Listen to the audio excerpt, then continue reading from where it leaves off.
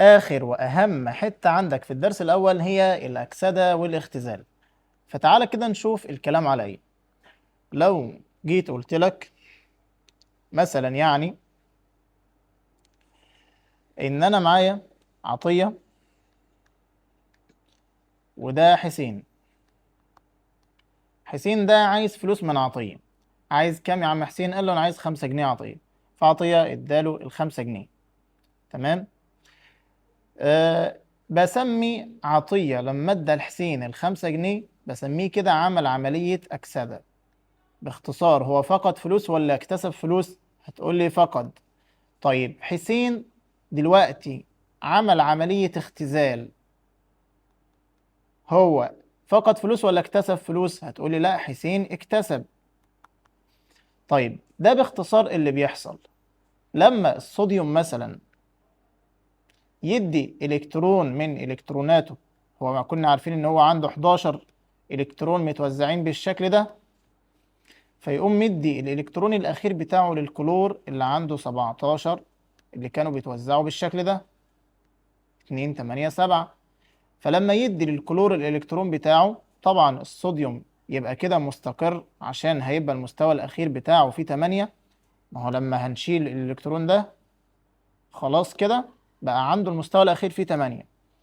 والكلور بعد ما اديله الكترون فهيبقى ده المستوى الاخير فيه 8 مش 7.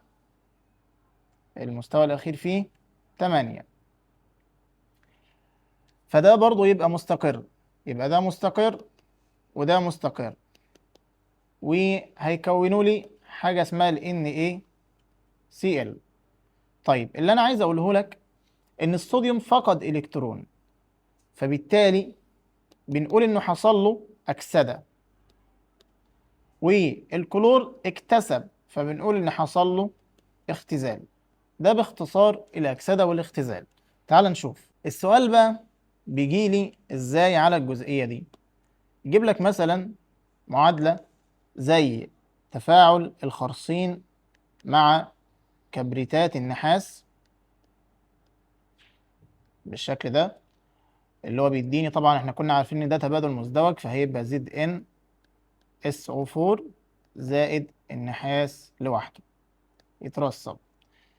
فبيقول لي بقى سؤال بيجي ازاي؟ بيجي بالطريقة دي، يقول لك حدد عملية الأكسدة، عملية الاختزال،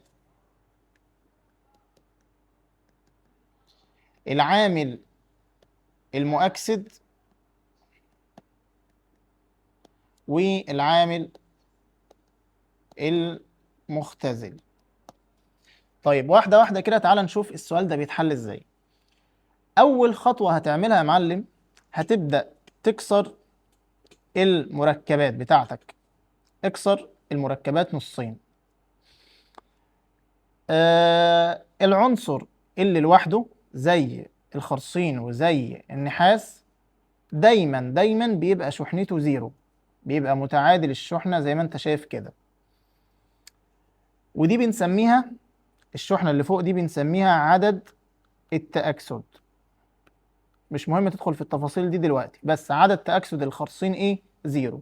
عدد تأكسد النحاس زيرو لأنه عنصر لوحده. طيب النحاس تكافؤه كان كام؟ تكافؤه ثنائي، يبقى ده في التفاعل في المركب ده -2 لأن هو شق موجب.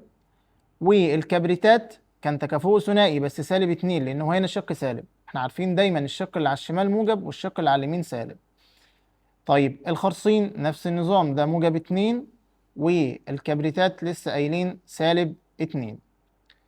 طيب عملية الأكسدة بقى معناها فقد إلكترونات، يعني زيادة في الشحنة. واحدة واحدة وما تستعجلش.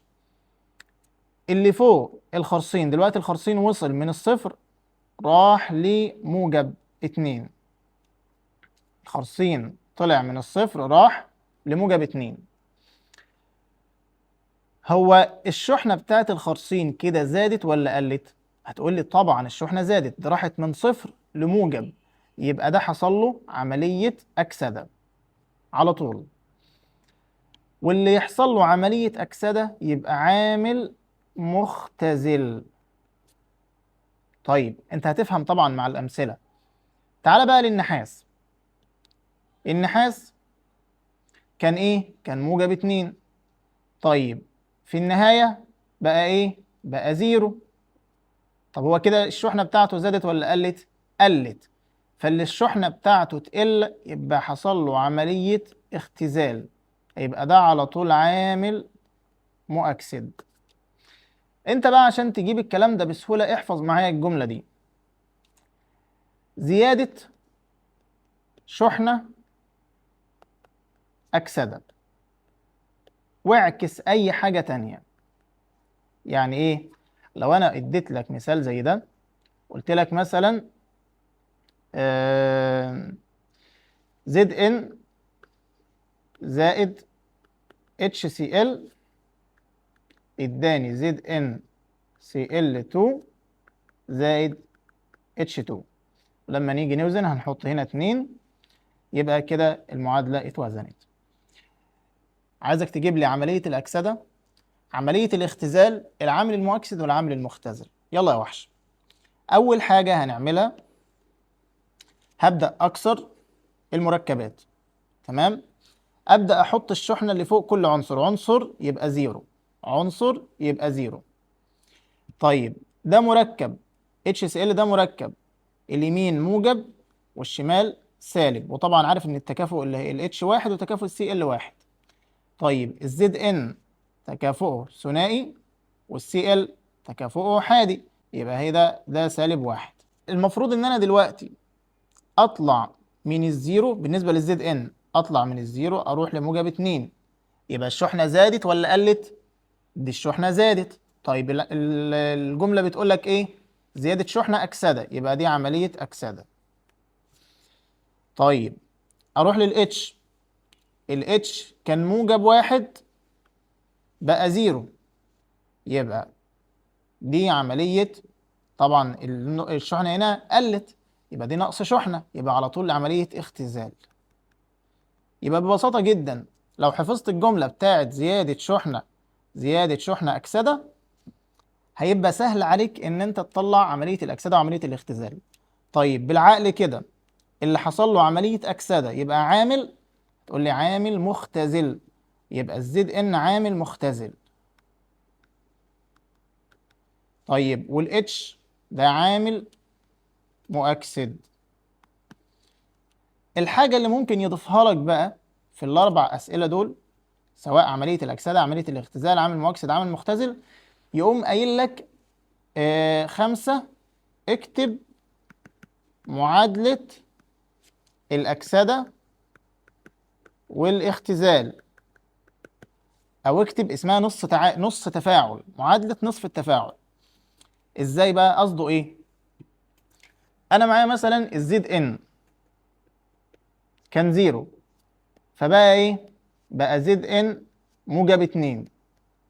عشان يبقى زد إن موجب 2 هو فقد 2 إلكترون، فدي المعادلة بتاعة الأكسدة.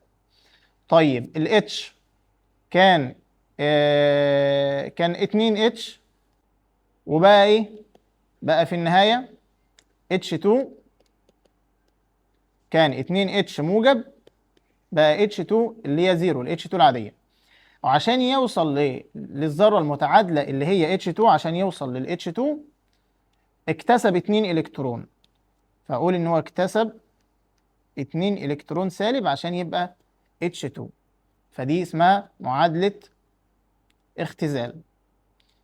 يبقى تاني، عشان أجيب معادلة الأكسدة ومعادلة الاختزال، ببساطة أبص على العنصر اللي حصل له أكسدة. أبص على العنصر اللي حصل له أكسدة، كان الخرسين، هو اتحول من ذرة لأيون، أقوم حاطط الإلكترونات اللي فقدها بعد السهم.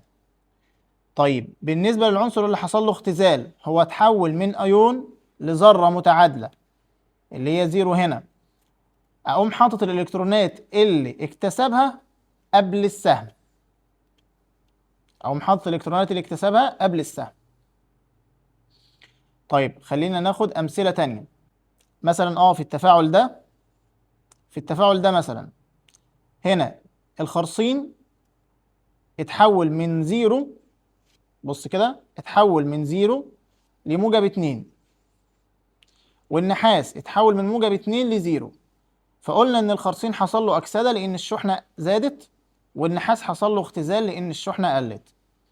طيب لما اجي اكتب معادله نص التفاعل اللي هي بتاعه التاكسد، معادله الاكسده، الاقي الخرسين العامل المختزل اللي هو حصل له عمليه اكسده، فقد الكترونات، فدايما الالكترونات هتبقى بعد السهم وتحول لايون.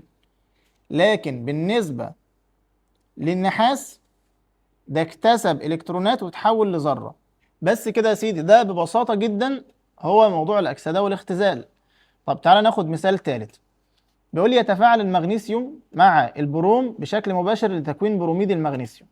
ادي المغنيسيوم وادي البروم وادي بروميد المغنيسيوم. ايه الماده اللي حصل لها تاكسد وايه اللي حصل لها اختزال وهكذا؟ تعالى نشوف. نكبر كده. اول حاجه قلت لك هتكسر المركب، كسرنا المركب. هتلاقي عندك هنا ده عنصر، ولا المغنيسيوم ده عنصر يبقى زيرو، البروم ده عنصر يبقى شحنته زيرو. طيب المغنيسيوم هنا ايون يبقى موجب 2 لان تكافؤه ثنائي، والبروم هنا سالب 1 لان تكافؤ البروم احادي. تمام، بس هنا ذرتين يبقى كانه سالب 2. ابدا ابص على المغنيسيوم الاقيه اتحول من زيرو لموجب 2، يبقى الشحنه بتاعته زادت، يبقى ده حصل له اكسده، يبقى على طول عامل مختزل. طيب البروم اتحول من زيرو لموجب 1، ده الشحنه قلت، يبقى ده حصل له اختزال، يبقى ده عامل مؤكسد. ده هنا عامل مختزل وده عامل مؤكسد. سهلة، مفيش أسهل من كده.